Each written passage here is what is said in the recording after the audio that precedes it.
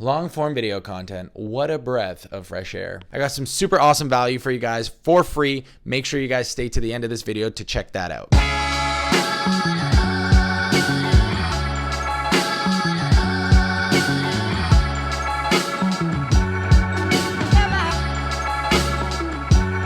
Nutrition for ice hockey is going to be quite similar to a sport like volleyball, which is a video I've done in the past. Please go check out my TikTok and Instagram video. I will go link that below. It's similar in that both of them have a smaller limited court or ice hockey rink size. Hockey has a lot of very frequent substitutions, or in this case, line switches. Coming in at every 45 to about 60 seconds, a full line is being switched on and off the ice. Because of this, we want to focus on glycogen depletion and fluid depletion. Even though it's cold in that rink and they're playing on ice, there's so much equipment which makes them heavier and more insulated. I don't really think any of the players are complaining about the cold. Ice hockey players are going to want to consume between 5 to 7 grams of carbohydrates per kilogram of body weight per day. As for protein, they're going to want to consume about 1.2 to 1.7 grams of protein per kilogram of their body weight per day. Let's take you through what it's going to look like for a pre-game meal. You're going to want most players to eat their meals 3 to 4 hours prior to the game. That might be tricky for a lot of hockey players, but try to be very consistent. It'll be easier on weekend games than it will be, especially for our high school athletes, but doing our best to give as much time for our body to digest the meal that they've eaten and be able to utilize some of the energy later on in the game and or practice. As for carbohydrate intake, we're going to want around 3 grams of carbohydrates per kilogram of body weight for this meal. Some other helpful tips include eating a familiar meal. The reason why we're going to want to eat something familiar is because we want you to be able to be confident knowing how your body's going to react to that food. Last thing we want to do is lose a championship because of a bad burrito. The beauty of this YouTube long form video is now I have the time to give you guys an example of a full-on meal that you can utilize pre-game to make sure that it is easy to digest, adequate enough in energy content, and maybe something relatable for you to consume. So while this might appeal more to the athlete that's at the collegiate level or even at the lower level pro, pizza, no matter what level you're at, is usually a pretty ideal food. In fact, it's one of my favorite food groups. Instead of consuming a ready-made pizza that you can order, while I agree that it is super convenient, it is going to be a lot higher in fat. We want to make sure that we're consuming less fat because it's just going to be heavier for us to digest during the game. Instead of a traditional pizza, let's try this homemade pizza idea. Taking about a third of a loaf of French bread, something like a baguette, for example, or even a ciabatta, which I understand is not French, but you get my drift. Using about a half a cup of pasta or pizza sauce. You can also play around with the option of turkey pepperoni for a little extra protein. Again, it truly depends on how well you can digest this food. On top of that, we're going to add around 2/3 of a cup of shredded mozzarella, or you can add a low-fat mozzarella cheese as well. For a beverage, you can have something like a Gatorade or a Powerade, or you can have some fruit with Jello. But when we're making the Jello, make sure that you're not eating the sugar-free Jello because you're an athlete. You need those carbs. That's why we're having this Jello, so that 1, we can make sure that you're satiated and full by adding a little bit more volume, and 2, it's something super light and easy to digest. We'll have about a cup of Jello with about a cup of fruit. This meal will come in at around 1,250 calories, obviously depending on the bread choice and a few other options along the way, 230 grams of carbohydrates, 50 grams of protein, and about 18 grams of fat. This will be perfect for someone weighing in at around 170 pounds. Everyone's needs are very different. Play with this idea. This might work for you, but remember, this is not specific diet advice for everyone. I picked this recipe specifically because you can play with the sizing of the bread, the amount of pasta sauce or pizza sauce that you use, and the amount of cheese as well. Everything's super customizable, and it's not really a tough recipe to go through. Now let's get to intra-game or during the game. Hockey's quite interesting in that 75% of the utilized energy comes from carbohydrate, more specifically from glycogen. A lot of hockey players have high sweat rates. Take the assumption that the average sweat rate is about 1.5 liters per hour. That's roughly 3 liters per game. We'll need to consume about 1,000 to 1,500 milliliters per hour, or 3 to 4.5 liters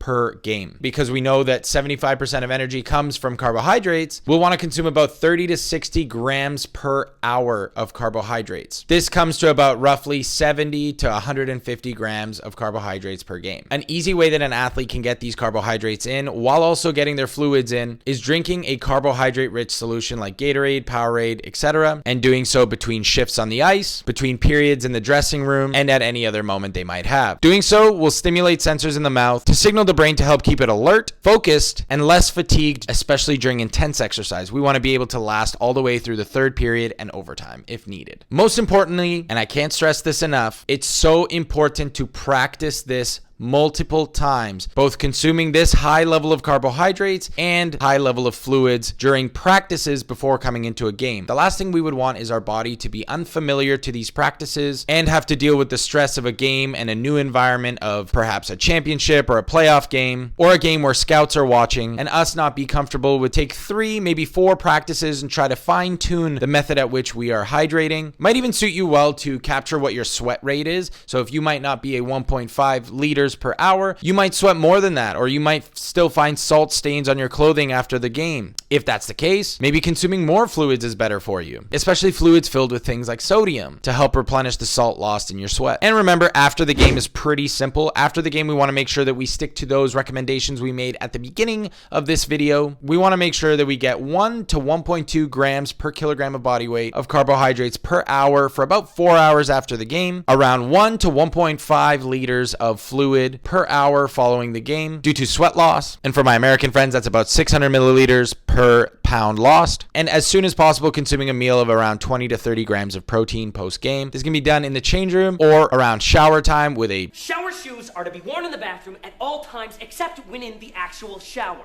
Did you not read your dorm life pamphlet? It was in your cubby.